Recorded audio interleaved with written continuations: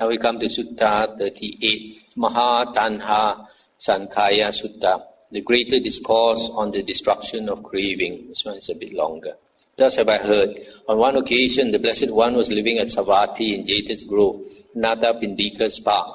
Now on that occasion a pernicious view had arisen in a monk named Sati, son of a fisherman, thus, as I understand the Dhamma taught by the Blessed One, it is this same consciousness that runs and wanders through the round of rebirths, not another. I stop here for a moment. So here, this Sati has this wrong view that it is the same consciousness that goes from birth to birth through the round of samsara. Several monks, having heard about this, went to the monk Sati and asked him, "Friend Sati, is it true that such a pernicious view has arisen in you?" And he said, "Exactly so, friends. As I understand the Dhamma taught by the Blessed One, it is this same consciousness that runs and wanders through the round of rebirths, not another." Then those monks, desiring to detach him from that pernicious view, pressed and questioned and cross-questioned him thus, "Friend Sati, do not say so. Do not misrepresent the Blessed One. It is not good to misrepresent the Blessed One. The Blessed One would not speak thus. For in many discourses, the Blessed One has stated consciousness to be dependently arisen, since without a condition, there is no origination of consciousness." Yet although pressed and questioned and cross-questioned by those monks in this way, the monk Sati, son of a fisherman, who still obstinately adhered to that pernicious view and continued to insist upon it. Since the monks were unable to detach him from that pernicious view, they went to the Blessed One, and after paying homage to him, they sat down at one side and told him all that had occurred, adding, "Venerable Sir, since we could not detach the monk Sati, son of a fisherman, from this pernicious view, we have reported this matter to the Blessed One." Then the Blessed One addressed a certain monk thus, "Come, monk, tell the monk Sati, son of a fisherman, in my name that the teacher calls him." "Yes, Venerable Sir," he replied. And he went to the monk Sati and told him, "The teacher calls you, friend Sati." "Yes, friend," he replied. And he went to the Blessed One, and after paying homage to him, sat down at one side. The Blessed One then asked him, "Sati, is it true that the following pernicious view has arisen in you? As I understand the Dhamma taught by the Blessed One, it is this same consciousness that runs and wanders through the round of rebirths, not another." And he said, "Exactly so, Venerable Sir. As I understand the Dhamma taught by the Blessed One, it is this same consciousness that runs and wanders through the round of rebirths, not another." And the Buddha asked him, "What is that consciousness, Sati?" And he said, "Venerable Sir, it is that which speaks and feels and experiences here and there the result of good and bad actions." And the Buddha said, "Misguided man, to whom have you ever known me to teach the Dhamma in that way? Misguided man, in many discourses have I not stated consciousness to be dependently arisen, since without a condition there is no origination of consciousness. But you, misguided man, have misrepresented us by your wrong grasp and injured yourself and stored up much demerit, for this will lead to your harm and suffering for a long time." I'll stop here for a moment. So the Buddha is saying that consciousness is dependently arisen. It arises through conditions.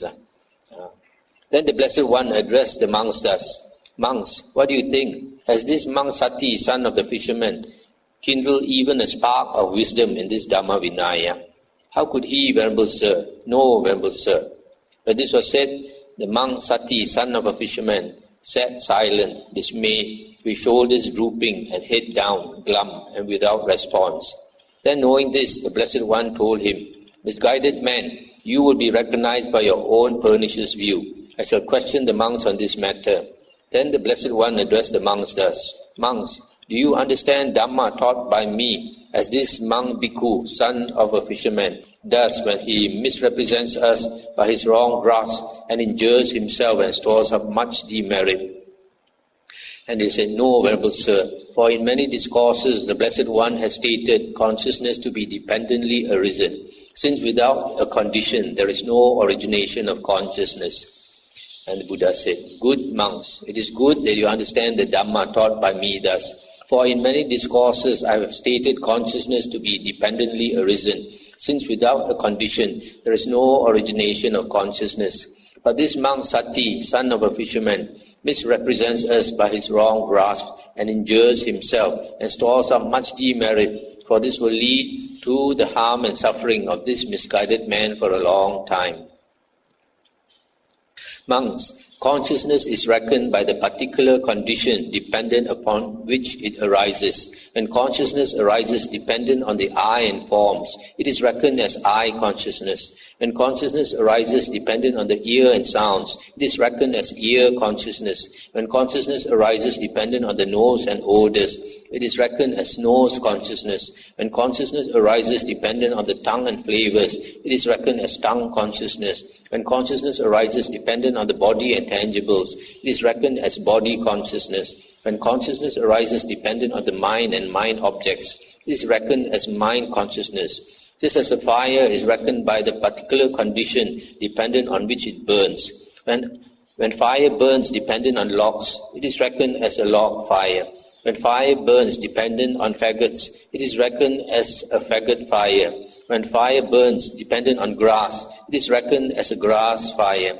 When fire burns dependent on cow dung, it is reckoned as a cow dung fire. When fire burns dependent on chaff, it is reckoned as a chaff fire. When fire burns dependent on rubbish, it is reckoned as a rubbish fire. So too, consciousness is reckoned by the particular condition dependent on which it arises. When consciousness arises dependent on the eye and forms, it is reckoned as eye consciousness, etc., etc. So here, the Buddha is saying that consciousness, there are 6 types.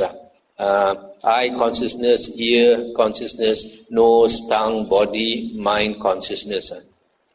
And these 6 consciousness, each one of them arises through conditions. For example, the eye consciousness arises because of forms coming before the eye, and the consciousness arises, and when you pay attention, there's a meeting of the tree, then there is contact. So these 6 consciousness, they arise and pass away, arise and pass away, each one arising and passing away. So it is so fast, consciousness arises and passes away so fast. The Buddha says nothing works so fast as the mind. Nothing is faster than the mind. So even in 1 second, we don't know how many consciousness arises and passes away. It is so extremely fast that a normal person cannot detect. So you think that consciousness is continuous, but it's not continuous. It arises and passes away, arises and passes away. Just as I gave the simile of the neon lights, the lights, one on and off, another one on and off, and it goes in a line. Then you see the line as though it's a continuous line moving. It seems like a continuous line moving, but actually it's not moving. Monks, do you see this has come to be? Yes, Venerable Sir. Monks, do you see its origination occurs with that as nutriment? Yes, Venerable Sir. Monks, do you see with the cessation of that nutriment, what has come to be is subject to cessation? Yes, Venerable Sir. I'll stop here for a moment. So this has come to be, according to the commentary, this is the 5 aggregates. 5 aggregates has come to be, and its origination occurs with condition, nutriment, and with the cessation of that nutriment, it will cease. But then another way of looking at it is also, you can say, a being has come to be. A being has come to be through conditions and through nutriment, and it will cease with the ceasing of that nutriment. Monks, does doubt arise when one is uncertain thus? Has this come to be or not? Yes, Venerable Sir. Monks, does doubt arise when one is uncertain thus?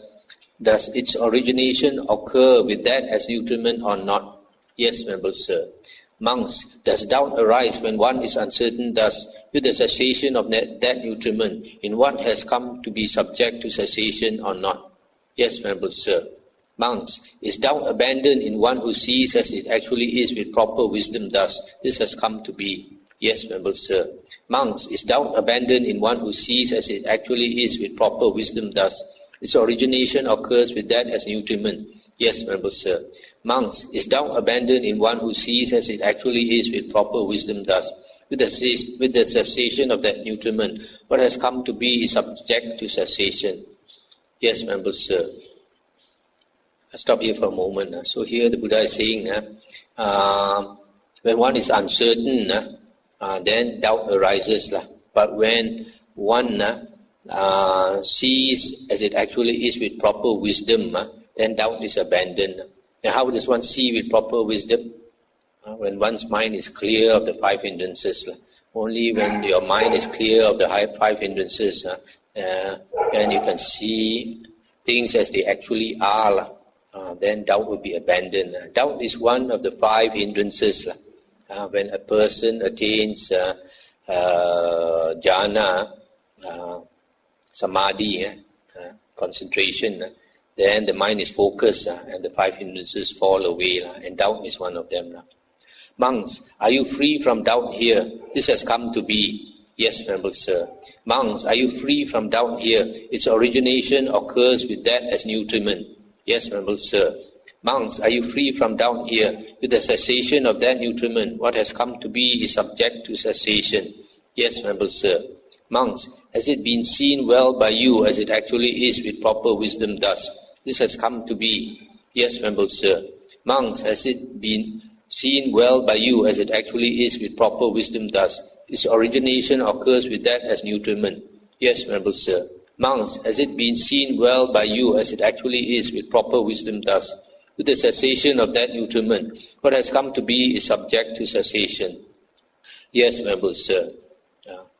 Stop here for a moment. So here the Buddha is asking his other monk disciples whether they are free from doubt, and they say yes to all this. That shows that the mind is free of doubt because they have attained the elimination of the five hindrances through jhana. And the Buddha said, monks, purified and bright as this view is, if you adhere to it, cherish it, treasure it, and treat it as a possession, would you then understand the Dhamma that has been taught as similar to a raft, being for the purpose of crossing over, not for the purpose of grasping? Yes, Venerable Sir. Monks, purified and bright as this view is, if you do not adhere to it, cherish it, treasure it, and treat it as a possession, would you then understand the Dhamma that has been taught as similar to a raft, being for the purpose of crossing over, not for the purpose of grasping? Yes, Venerable Sir. Stop here for a moment. So here the Buddha is saying that the purpose of the Dhamma is to help us attain liberation, not for knowledge's sake. A lot of people like to acquire a lot of knowledge, and then they want to show off that they have a lot of knowledge. But that is not the purpose. The purpose is to attain liberation. At least the lowest is Sotapanna, the first Aryan stage. Similarly, Vinaya also, not only Dhamma, Vinaya rules also are not to be grasped. It is meant to help us practice to become liberated. If you attach to it too much, we don't know what is the purpose. The purpose is to help us towards liberation. So if it does help us, then it is important. If it does not help us to attain liberation, then it is not important. Monks, there are these four kinds of nutriment for the maintenance of beings that already have come to be, and for the support of those seeking a new existence. What for? They are physical food as nutriment, gross or subtle, contact as the second, mental volition as the third, and consciousness as the fourth. I'll stop here for a moment just to explain the four nutriments, ahara. This word ahara, nutriment, has gone into the Thai vocabulary. Buddhist country, they tend to take some of the Pali words as part of their vocabulary. So food in Thailand is called ahan. Ahan is short for ahara. Ahara, and it becomes ahan. So what are these four? The first one is physical food. Physical food we need to nourish our body. The Buddha says in some sutta that all beings need nutriment. All beings need nutriment. Even heavenly beings, they have heavenly food. And hell beings also need food. even ghosts and all that. And then contact is the second. Contact, what is contact? Nutriment, because when there is contact at the six sense basis, then the mind starts to work. You have once you have contact at the six sense basis, for example, contact means you see an object, or you hear a sound, smell a odor, etc. So once that happens, there is contact, feeling arises, followed by perception, thinking, volition, and all that. So that is the nutriment for the mind. Mental volition is the will to live. Because of the will to live, there are some people they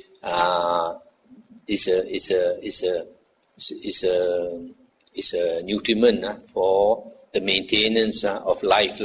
For example, in war, some soldiers are shot, and then when they are badly wounded, some of them they just let go and die. But some who have families, when they think of their wife and their children, then they refuse to die. So their mental volition, the will to live is very strong, and they just hold on to life, and sometimes they live. Consciousness is nutriment to the being in the womb. When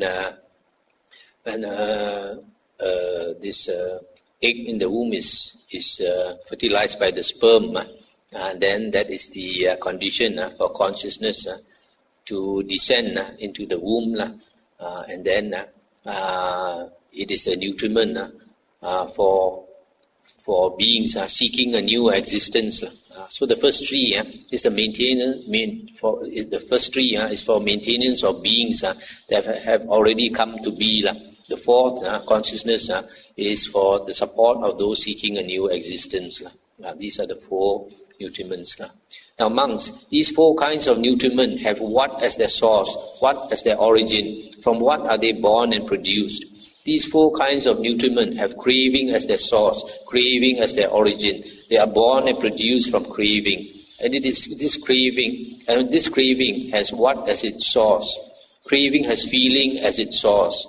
And this feeling has what as its source? Feeling has contact as its source. And this contact has what as its source? Contact has a sixfold base as its source. And this sixfold base has what as its source? The sixfold base has mentality, materiality as its source, Namarupa. And this mentality, materiality has what as its source? Mentality, materiality has consciousness as its source. And this consciousness has what as its source? Consciousness has volition, sankhara as its source. And this volition has what as its source? What as its origin? From what is it born and produced? Volition has ignorance as its source. Ignorance as its origin. It is born and produced from ignorance. So monks, with ignorance as condition, volition comes to be. With volition as condition, consciousness. With consciousness as condition, mentality, materiality. With mentality, materiality as condition, the sixfold base. With the sixfold base as condition, contact. With contact as condition, feeling. With feeling as condition, craving. With craving as condition, clinging. With clinging as condition, being. With being as condition, birth. With birth as condition, aging and death. Sorrow, lamentation, pain, grief and despair come to be. Such is the origin of this whole mass of suffering. I'll try to explain these 12 links of dependent origination. The first one is ignorance. Ignorance is ignorance of the Four Noble Truths, ignorance of the Dhamma. And because of ignorance of the Dhamma, all beings have ignorance of the Dhamma except the Arahant. But in an Arya, the ignorance is cut down, is not as dense as an ordinary Putujana, an ordinary being. So ignorance, because of ignorance of Dhamma, of the Four Noble Truths, volition comes into being. This volition is basically the will to live. In the suttas, this volition in dependent origination consists of three things. The body volition, the verbal volition, and the mental volition. The body volition is the will for the body to live or to function and that is breathing because the body wants to function, the body wants to live. We breathe. Actually, breathing is not automatic. It is intentional. And the second one is verbal volition. Verbal volition is thinking. Because before you can break out into speech, you must think. So you think and then you speak. So this second verbal volition or sankhara is thinking. And the third one, mental volition is perception and feeling. Once you have perception and feeling, the mind works. So because you want the mind to work, you want the mind to live, so you have this mental volition. So these basically, volition sankhara is the will for you to live or function through the three ways, the body, speech and mind. If you only function through the body, then you are like a tree. A tree lives, but it does not function through speech and does not function through the mind. So we function through three doors compared to the tree that functions only with the body, exists only with the body. So this sankhara is volition, the will to live basically. And because of the will to live, consciousness comes into being. This consciousness, as we stated just now, consciousness arises and passes away, arises and passes away. When consciousness arises and passes away, it is this volition, this sankhara, the will to live, that makes the consciousness arise again. And then because everything is impermanent, it will cease very fast.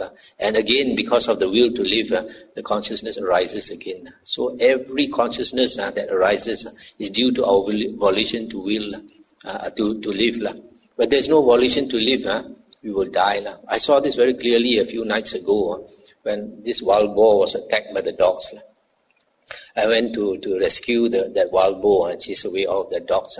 And the poor wild boar was panting there. He was bitten all over and he was struggling. He tried to get up, he couldn't get up. He tried a few times to get up, he couldn't get up. Then he realized that he was coming to an end of life. So he was breathing very hard, but suddenly he stopped breathing. Then I saw very clearly, he just let go of the will to live and he went off. So when you have this, you let go of the will to live, then only we go off. So the consciousness stops when there's this letting go of that will to live. So we have this will to live and consciousness keeps arising. And with consciousness, the counterpart of consciousness is nama rupa. In the suttas, it is stated, Vijnana and nama rupa, they are like Siamese twins. They arise together and cease together. You cannot have consciousness without this mentality, materiality. So consciousness, when you are conscious, you're always conscious of an object. So mentality, materiality is the object of consciousness. What we call phenomena. So this object is either physical or mental. That's why it's called mentality, materiality. So when consciousness and mentality, materiality arise together, then you must have the sixfold base, because this sixfold base is basically the body. Consciousness must rest in the body. So that is the sixfold base, the salayatana. You must have these six senses, six sense bases for consciousness arise. Consciousness either arises at the eye, or at the ear, or at the nose, tongue, body and mind. So this is the base for consciousness. That's why you must have the sixfold base. And then with the sixfold base as condition, then there is contact. The sense object impinges on the sixfold base, on the sense basis. So with contact as condition, feeling arises, either pleasant or unpleasant or neutral. And then when pleasant feeling arises, there is a tendency to produce craving. That is for ordinary people. So with feeling as condition, craving arises. And once you have craving, you have attachment, clinging. And then with clinging as condition, a being comes into existence. Why? Because when we enjoy something, and we crave for it. You want it very much. When you want something, there is the object, there must be the subject. The subject and the object must come together. So when you attach to something very strongly, that I comes into it. I want this. I cannot do this. I cannot live without this. So that I comes, that I am comes into being. So once you have that I am, that being coming to existence, then there is birth. This you can see how the difference between, say, like a human being and a plant. A plant also has consciousness, like is conscious of sunlight. For example, it tends to go and reach for sunlight. But because it does not think, it does not have craving, so the being does not come into existence. So because we have a being, we are aware when the body arises in the world, we say we are born. You don't say the body is born, you say I am born on such and such a date. Whereas for the tree, when the tree is born, it does not think I am born. There's no concept of my birth. But because we have an I, we have the concept of my birth. So we have birth. Once you have being, then you have birth. And once you have birth, you see yourself in the world. Then you see yourself aging, sickening, dying. So it comes along with sorrow, lamentation, pain, grief and despair. All the suffering arises because you have that I and you are born into the world. Because the world is impermanent. So being impermanent, everything changes. So you must grow old, you must become sick and die. That's why the origin of the whole mass of suffering.